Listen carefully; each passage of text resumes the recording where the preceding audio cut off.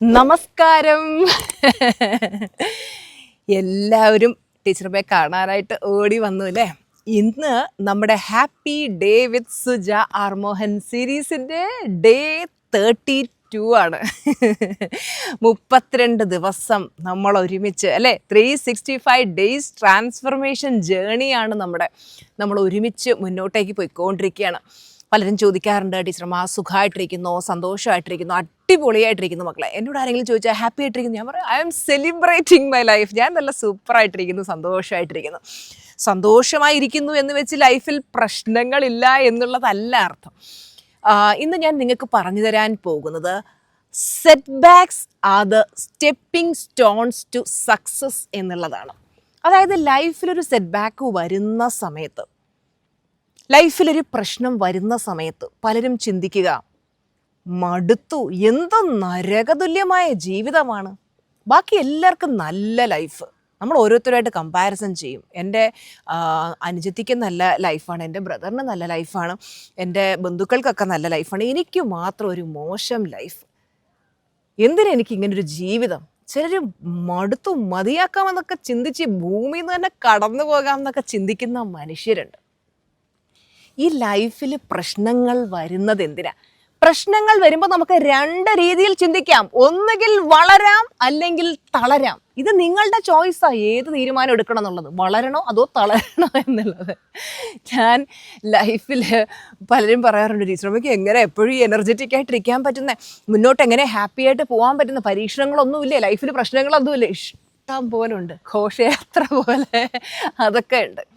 നമ്മൾ പറയല്ലേ, തീയിൽ കുരുത്തത് വെയിലത്ത് വാടില്ല എന്ന് പറഞ്ഞ അവസ്ഥയാണ്. ഞാൻ അങ്ങ് സ്വർഗ്ഗലോകത്തിൻ്റെ വാതിൽ കണ്ട് തിരിച്ചു വന്ന വ്യക്തി. ലൈഫിൽ കുറേ അനുഭവിച്ച്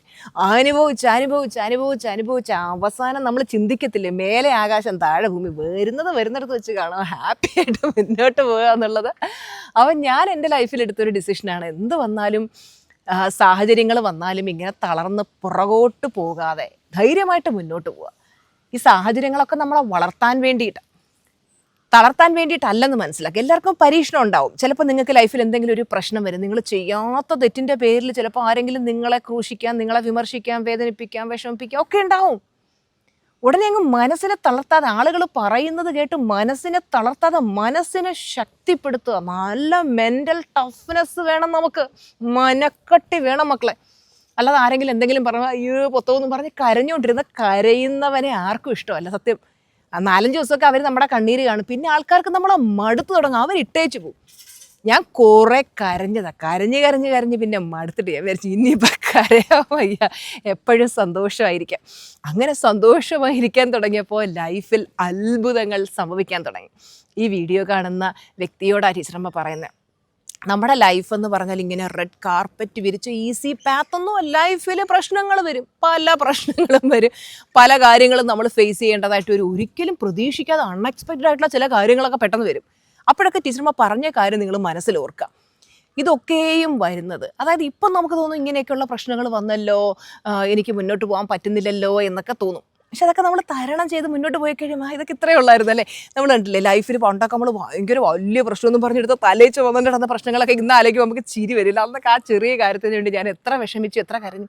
അപ്പോൾ നമ്മൾ ബോൾഡായിട്ട് മുന്നോട്ട് പോകുന്നില്ലേ, അത്രയൊക്കെ ഉള്ളൂന്നേ. നിങ്ങളുടെ പ്രശ്നങ്ങളെയും പരിവട്ടങ്ങളെയൊക്കെ എടുത്ത് ദൂരെ കളഞ്ഞിട്ട് നിങ്ങൾ നിങ്ങളുടെ ലൈഫിലെ അനുഗ്രഹങ്ങളിലേക്ക് നോക്കാം. എല്ലാവരും ഇന്ന് ചെയ്യേണ്ട ആക്ടിവിറ്റി എന്ന് പറയുന്നത്, നിങ്ങളുടെ ഗ്രാറ്റിറ്റ്യൂഡ് ജേണൽ എടുത്തിട്ട് നിങ്ങളുടെ ലൈഫിൽ നിങ്ങൾക്ക് ലഭിച്ച 10 അനുഗ്രഹങ്ങൾ, ആ 10 അനുഗ്രഹങ്ങൾ നിങ്ങളുടെ ഫാമിലി മെമ്പേഴ്സിനെ കുറിച്ചുള്ള അനുഗ്രഹങ്ങളാണ്. ഫോർ എക്സാമ്പിൾ, എനിക്ക് നല്ലൊരു കുടുംബ ജീവിതം തന്നതിന് നന്ദി, എനിക്ക് നല്ല സ്നേഹനിധിയായ ഒരു ഭർത്താവിനെ ലഭിച്ചതിന് നന്ദി, എനിക്ക് നല്ല സ്നേഹനിധിയായ ഒരു ഭാര്യയെ ലഭിച്ചതിന് നന്ദി, എനിക്ക് ആരോഗ്യമുള്ള 2 മക്കളെ തന്നതിന് നന്ദി, അല്ലെങ്കിൽ എനിക്ക് ഞാൻ ആഗ്രഹിച്ചതുപോലെ 2 പെൺമക്കളെ തന്നതിന് നന്ദി, അല്ലെങ്കിൽ ആൺമക്കളെ തന്നതിന്. ഇങ്ങനെ കുടുംബവുമായിട്ട് ബന്ധപ്പെട്ട് നിങ്ങൾ 10 ഗ്രാറ്റിറ്റ്യൂഡ് എഴുതുക. ഗ്രാറ്റിറ്റ്യൂഡ് എഴുതുമ്പോൾ, നന്ദി പറയുമ്പോൾ എപ്പോഴും നമ്മൾ ശ്രദ്ധ കൊടുക്കുന്നത് നമ്മുടെ ലൈഫിലെ അനുഗ്രഹങ്ങളിലേക്ക് ഫോക്കസ് കൊടുക്കുമ്പോൾ അനുഗ്രഹങ്ങൾ വർദ്ധിച്ചുകൊണ്ടേയിരിക്കും. എൻ്റെ മക്കളെ, ലൈഫിൽ ആർക്കാ പ്രശ്നങ്ങളില്ലാതിരുന്നത്? നിങ്ങൾ നോക്കിക്കഴിഞ്ഞാൽ ഇന്ന് സക്സസ്ഫുൾ ആയിട്ടുള്ള ഏതൊരു മനുഷ്യരും, നിങ്ങൾ അവരോട് ചോദിച്ചു നോക്കൂ, നിങ്ങൾക്ക് എല്ലാം പോസിറ്റീവായിട്ട്, എല്ലാം നല്ല സാഹചര്യങ്ങളായിരുന്നോ എന്ന്. എല്ലാവരും അവരുടെ സാഹചര്യങ്ങളോട് മല്ലിട്ട് തന്നെ വിജയിച്ചിട്ടുള്ളത്. പിന്നെ എന്തിനാ നമ്മൾ കരയുന്നത്?